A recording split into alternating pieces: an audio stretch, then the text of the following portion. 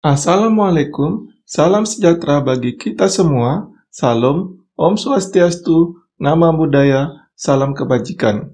Apa kabar hari ini? Semoga selalu sehat dan dimudahkan rezekinya. Kali ini kita akan membahas tentang pendaftaran P3K khusus honorer tidak ada lagi. Harapan guru swasta hanya pada upaya DPR RI. Presiden Prabowo Subianto meminta tidak ada lagi pengangkatan tenaga non-ASN atau honorer menjadi P3K melalui jalur afirmasi selain pada pendaftaran CASN 2024. Menteri Sekretaris Negara Prasetyo Hadi menjelaskan, ke depan pendaftaran P3K akan murni secara kompetitif dan meritokrasi. Jalur afirmasi adalah jalur khusus untuk tenaga honorer yang digelar tanpa tes.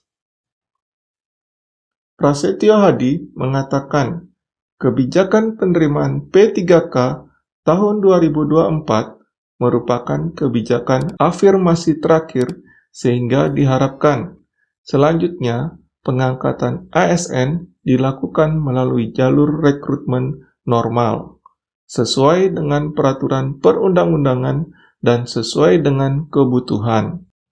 Berkaitan dengan proses rekrutmen pengangkatan ASN, Bapak Presiden menegaskan bahwa proses tersebut bukanlah mengenai membuka lapangan pekerjaan, akan tetapi dilakukan dalam rangka memastikan kebutuhan pelayanan bagi masyarakat dapat berjalan dengan optimal dan memberikan manfaat yang sebesar-besarnya bagi masyarakat. Sementara itu, Menteri Pan-RB Rini Wijayanti mengatakan, sesuai dengan pernyataan Menteri Keuangan Sri Mulyani, pemerintah menjamin tidak ada lagi pemecatan atau PHK tenaga non-ASN di kementerian dan lembaga KL dan pemerintah daerah atau Pemda. Tidak ada PHK tenaga non-ASN di kementerian, lembaga, dan pemerintah daerah. Di tahun lalu juga saya sudah mengeluarkan surat edaran agar KL dan Pemda tetap menganggarkan pendapatan bagi tenaga non-ASN yang terdata selama proses rekrutmen ini berjalan, jelasnya. Di sisi lain, kata Rini, Prabowo ingin mengedepankan meritokrasi dalam manajemen ASN, sehingga kebijakan pendaftaran P3K tahun 2024 merupakan proses afirmasi terakhir.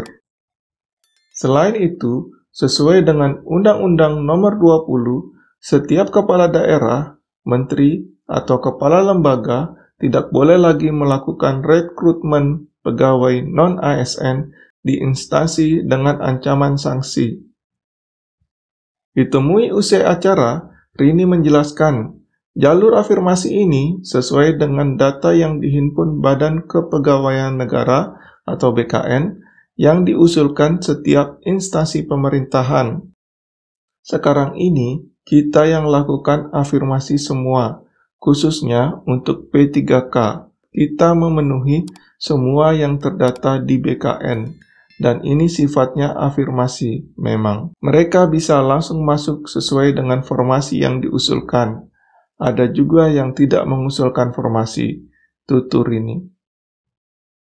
Kendati begitu, Rini memastikan pemerintah tetap membuka pendaftaran P3K ke depannya. Namun, prosesnya akan sama dengan pendaftaran CPNS pada umumnya.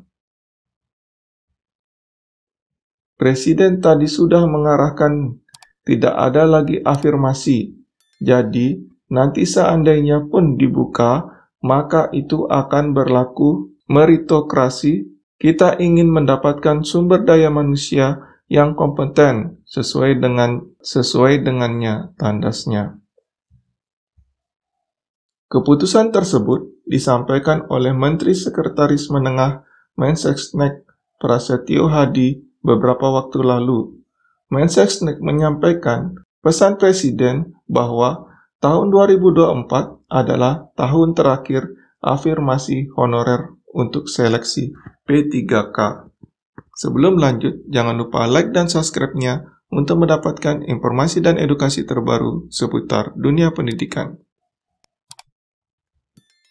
Untuk proses penerimaan P3K tahun 2024 ini, kebijakan ini merupakan kebijakan afirmasi terakhir untuk non-ASN atau honorer.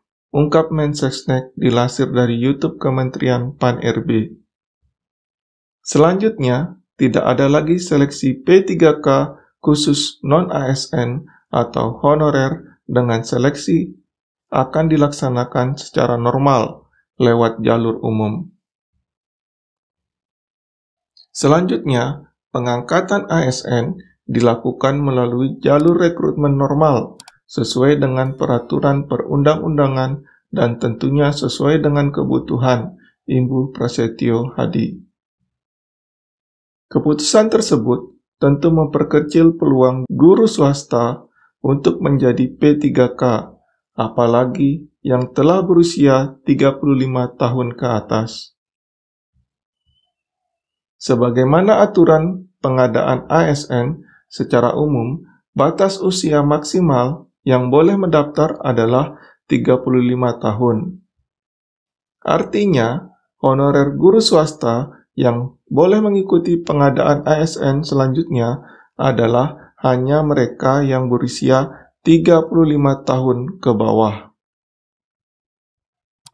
Namun demikian, masih ada harapan lain bagi guru honorer agar kesejahteraan mereka bisa ditingkatkan. DPR RI melalui anggota Badan Legislasi Balek, Firman Subagio, menyampaikan pihaknya akan memperjuangkan kesejahteraan guru honorer melalui revisi Undang-Undang Sisdiknas. Menurut Firman, revisi Undang-Undang Sisdiknas akan diusulkan untuk menyamakan kesejahteraan guru honorer seperti ASN. Tentu para guru swasta berharap agar upaya DPR RI ini bisa berjalan baik untuk kemudian diatur pada hasil revisi Undang-Undang Sisdiknas selanjutnya. Hal ini menyangkut juga peningkatan gaji atau tunjangan lainnya untuk para honorer guru swasta yang memang selama ini dianggap jauh dari kata layak.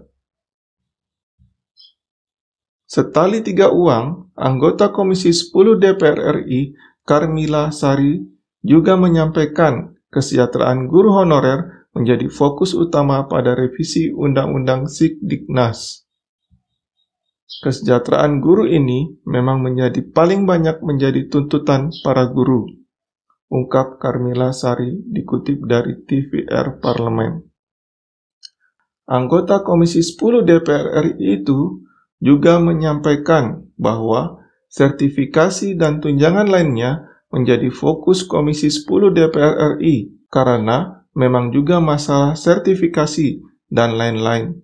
Ini juga menjadi prioritas kita, pungkas Karmila Sari.